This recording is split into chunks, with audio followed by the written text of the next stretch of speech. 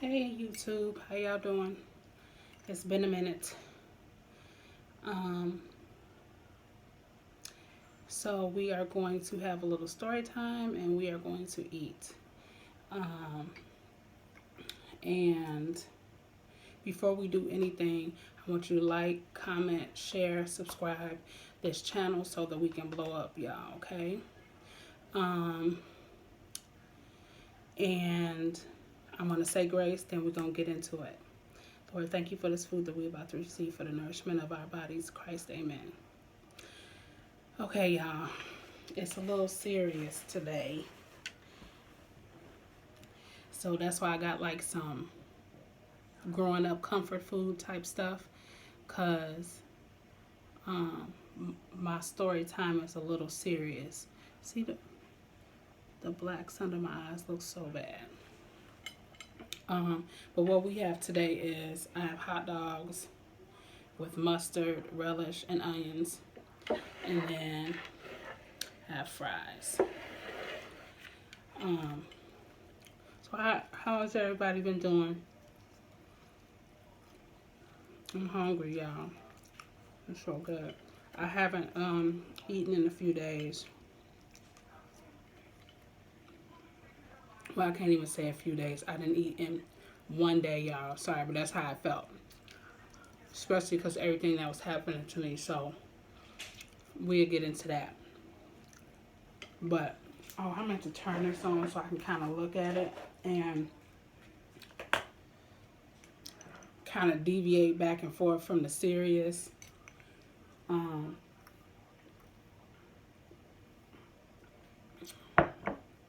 This is what I'm drinking today too, y'all. Okay, so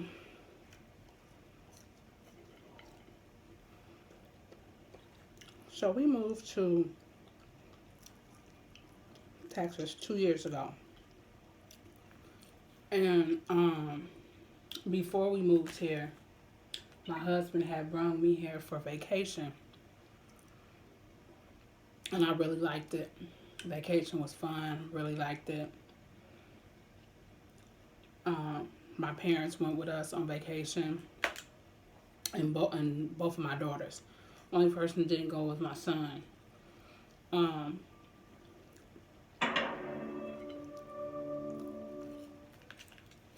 But like I said, sorry y'all. But like I said, we really liked it. Well, I really liked it. My husband has family in Houston. And so we decided to move. And came back home, started saving money. Anybody else that said they wanted to come with us is supposed to save money so we can go. Long story short, we all here. It has not been going well. Our family is divided now, and that's as deep as I'm going to get on that subject. The subject that I want to talk about today is being careful and being mindful of life. Being grateful for life. Taking time to stop and smell the roses, being thankful for what you got, where you at.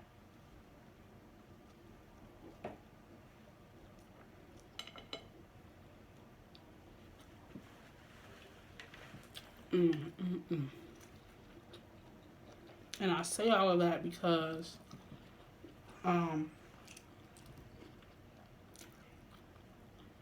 I almost died.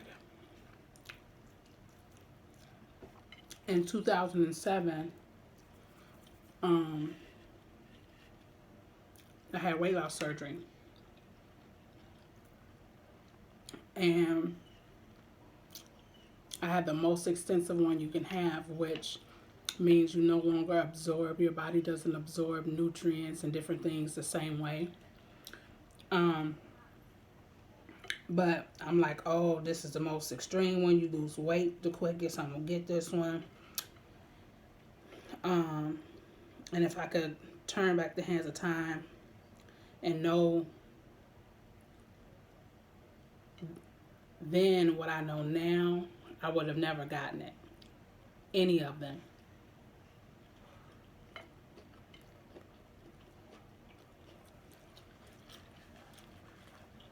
Because I was healthier when I was bigger than I am now.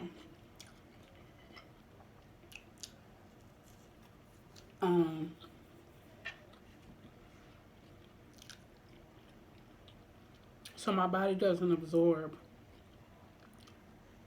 nutrients and things the way a normal body absorbs them, which means I developed vitamin deficiencies. And one of those vitamin deficiencies that I developed is iron. And I don't know if you know what iron does to your body, for your body. Iron gives your blood oxygen. It really keeps you living. And so before we moved to Texas, I, used to keep track of it, keep it regulated, get iron infusions, all that.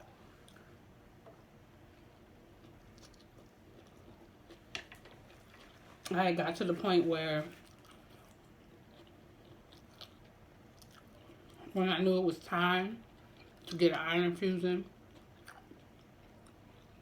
and I didn't have to get to the point where, like, physically I'm messed up, so that's how I know. I just knew, like, okay, it might be time for you to go get your levels checked, get an iron infusion. Since I've been down here, everything works different. And so when I found my doctor, I told him my history, and I told him I think it's time for an iron infusion. Like, I'm starting to feel the symptoms. I don't feel good. And he dropped the ball. He apologized to me the other day. And I'm like, wow. Like, I was almost dead, and I'm just supposed to be like, oh, it's okay. But what else can I do? But he took my iron levels or my blood level. It was low. He didn't tell me at that time what it was. He was just like, wow, yeah, you are anemic. And that was it. And so me being me, I'm upset, but I didn't say nothing. I had to I let it fester. And so a year passed. Excuse me. I go back day before yesterday. Tell him all the stuff that's been going on with me this past year, which is I went from living a normal life to I can't go anywhere by myself. I'm dizzy to the point of passing out. The dizziness never goes away. The best analogy that I can give is I told him, I said, you remember the Energizer Bunny commercial where when the bunny starts to lose its energy, that's how my body felt. But my heart was like racing like I was running a marathon. And he said that's because there was no oxygen in my blood, and so my heart had to work overtime to keep me alive. And so when I got to the hospital, actually what he said was, because he's not from here either. He's from Illinois just like we are. And he hasn't even been here as long as we have. And he was like, I was told they don't do iron infusions here. So, at least that's what he told me a year ago. The other day, he said, I found out that they do iron infusions. I can get one set up for you. But it might take 2 weeks or more to get it set up. He said, now you can do that. Or you can get a blood transfusion. And because I've already had to have a blood transfusion once when we were in Illinois, I'm aware of it. I know, you know, I'm not leery of it anymore. So I was like, okay. I called him. I didn't say okay that day, but the next day I called him back. And he was happy that I called him back because he was like, I really did not want you to wait because I really don't know how you're still alive because your hemoglobin is at a 3.2. And I'm like, oh, okay. I'm like, I knew something was wrong. Like, seriously wrong.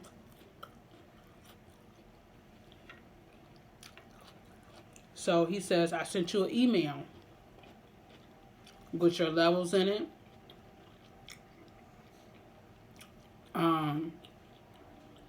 Take it to any emergency room and go to the emergency room and get a blood transfusion. I'm like, okay.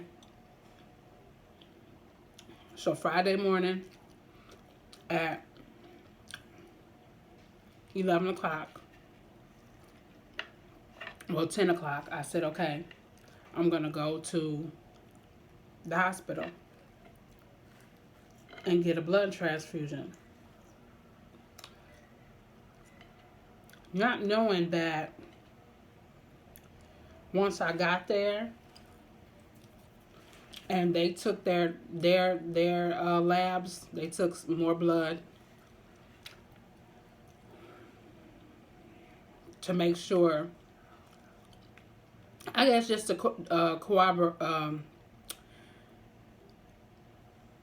you know, to make sure I'm telling the truth or to make sure my levels match the email from my doctor. So the labs come back. I'm in the emergency room. The labs come back. My levels have went down from 3.3 to 3.2 in just one day.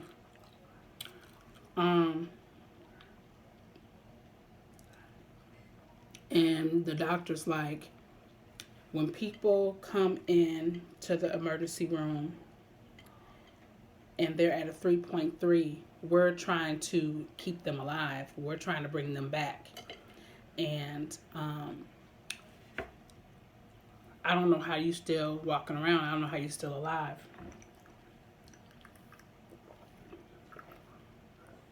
And I'm like, I'm blessed. You know, I talk to God every day.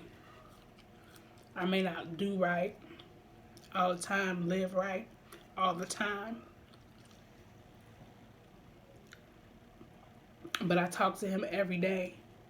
And so I feel like he just keeps me. And so the doctor said you need about 4 or 5 bags of blood. And we have to check you in. You need to stay. You need to stay overnight. Or however long it's going to be. I was so upset. Because I wasn't prepared for that.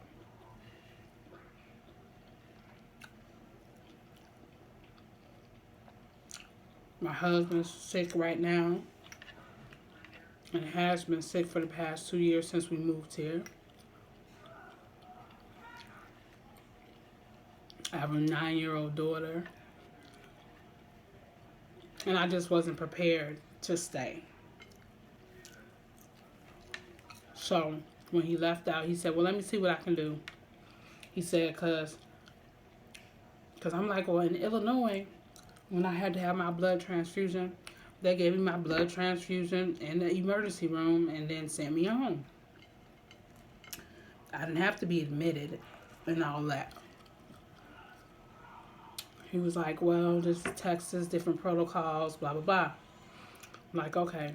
He said, let me figure out some stuff, come back and talk to you.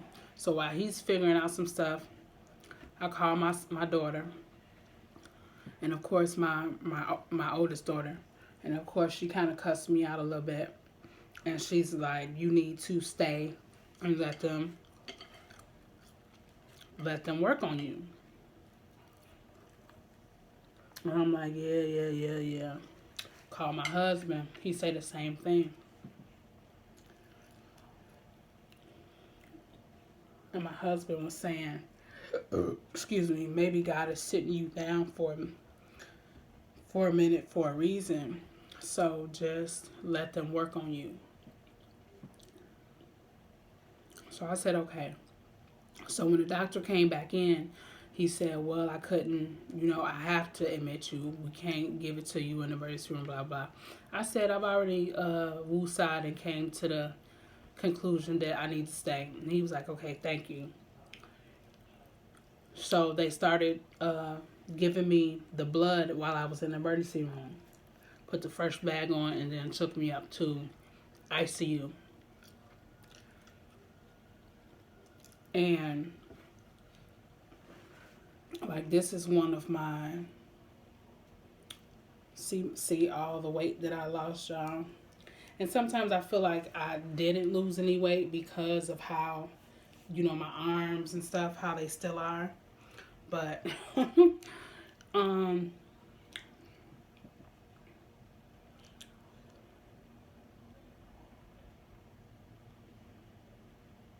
this was one of the worst experiences. And I've had hip surgery. I've had hip surgeries. And that was a result of the hip surgeries was a result of my weight loss surgery too. I've had 3 cesareans. I've had a partial hysterectomy. I've had a lot of stuff done to me. This was the worst. And I just think it was because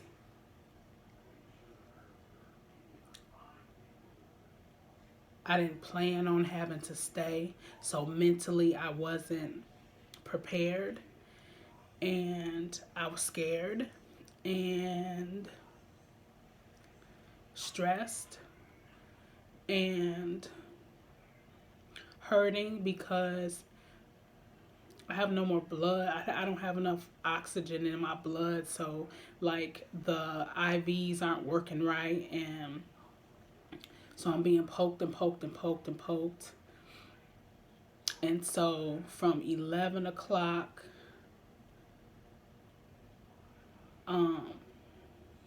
and see, when you're iron deficient and you don't have oxygen in your blood and stuff, like, you're extremely, like, you can't get enough rest. Every time you could sleep for 10 hours and wake up and still feel like you haven't slept.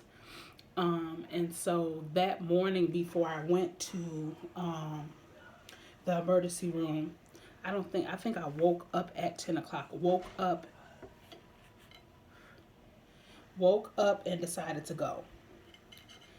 And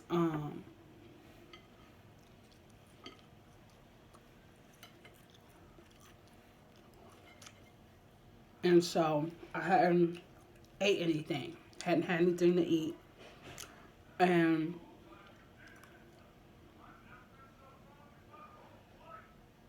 so from 11 o'clock to 7 o'clock, 7, because I left at 7:30. Nothing to eat, and which upset me because my body works funny ever since I had my weight loss surgery, and if I don't eat, I get sick.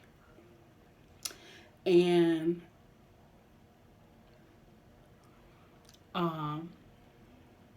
they gave me a sandwich in the ER.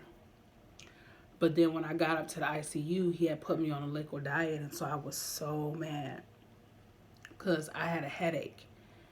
I was already starting to get symptoms and get sick from not eating. And then you got all this blood going into me. You got all this, because they gave me iron infusion too, so I got iron, all this stuff going into me.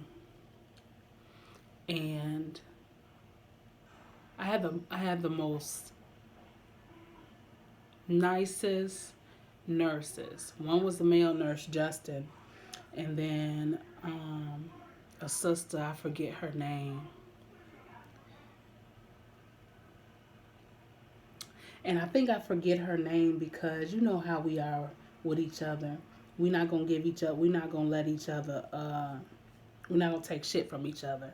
And so I kind of was like closed off at first for a while I was there.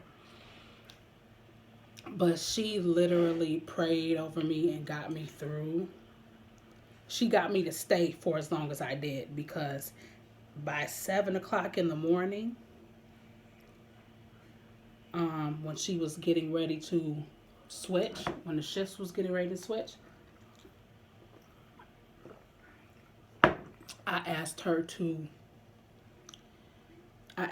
warn everybody, warn the nurse, warn the doctor, warn everybody, because I'm leaving. Because I had spent that whole night, I hadn't, even though they had gave me my muscle relaxer so I could sleep, I never once went to sleep. And my whole body. And usually every night I'll have, ever since we've been here in Texas, I'll have a anxiety attack. But I'm always able to stop it. It may last like 30 minutes. I couldn't stop my anxiety attacks. They just kept coming. And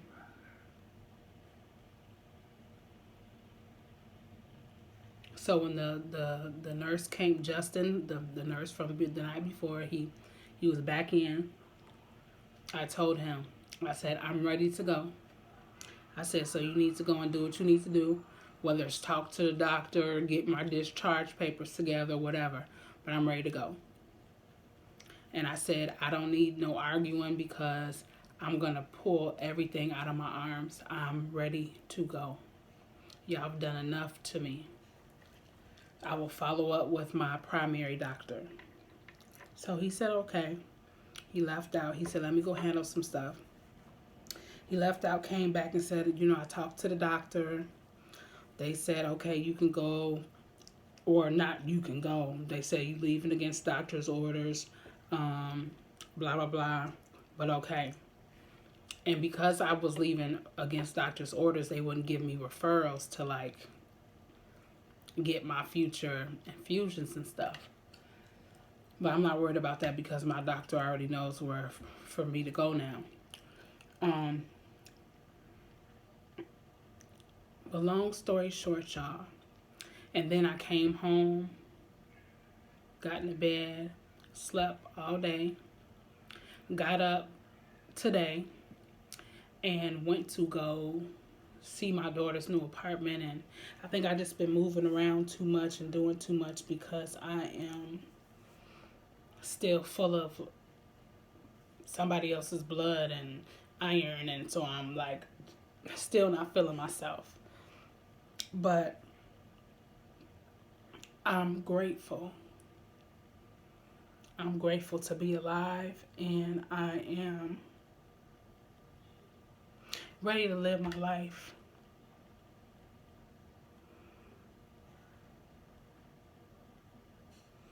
And I just can't live it stressed anymore. Live it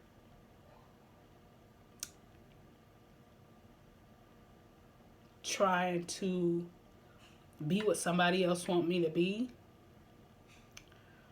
I have so much family dysfunction. It's ridiculous. You don't get to pick your family. You don't get to pick But you get to pick who you're around. You get to pick who you love on and who, you spend time with. And so I'm just ready for that. I'm ready to do more mukbangs and more upbeat mukbangs. Y'all don't trip. And they not going to all be like this. But I've stifled myself for a long time, and I've been worried what other people was going to think of me for a long time, and what this person was going to say and what that person was going to say. And so I would half do stuff, and I'm such a funny person. I'm such a low-key, down-earth person. And to not be able to live in your truth, to not be able to just be yourself, this near-death experience, that's over with. That's over with. And so from here on out, we finna mukbang it up, y'all. We finna have fun together. Be grateful for life. Live life, y'all. Learn how to thrive. For so many years, all I know is how to survive. Not how to thrive, but how to survive. Now I'm learning how to thrive. And we gonna thrive together. We gonna laugh. We gonna have fun. So I couldn't eat, all this stuff. So now y'all know too, when y'all see me on my mukbangs and I don't finish my food, that's why. But it has been one. It has been one, y'all. And I thank y'all for listening and joining my channel. Like, share, comment, subscribe, subscribe, subscribe, subscribe.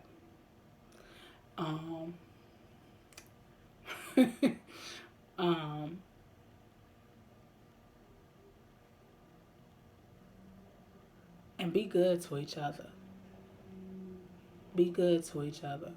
Hit the notification bell so you'll know whenever I upload a video, and we can always be together. We can always hang out and chop it up. All right, y'all, but until next time, stay humble and be blessed.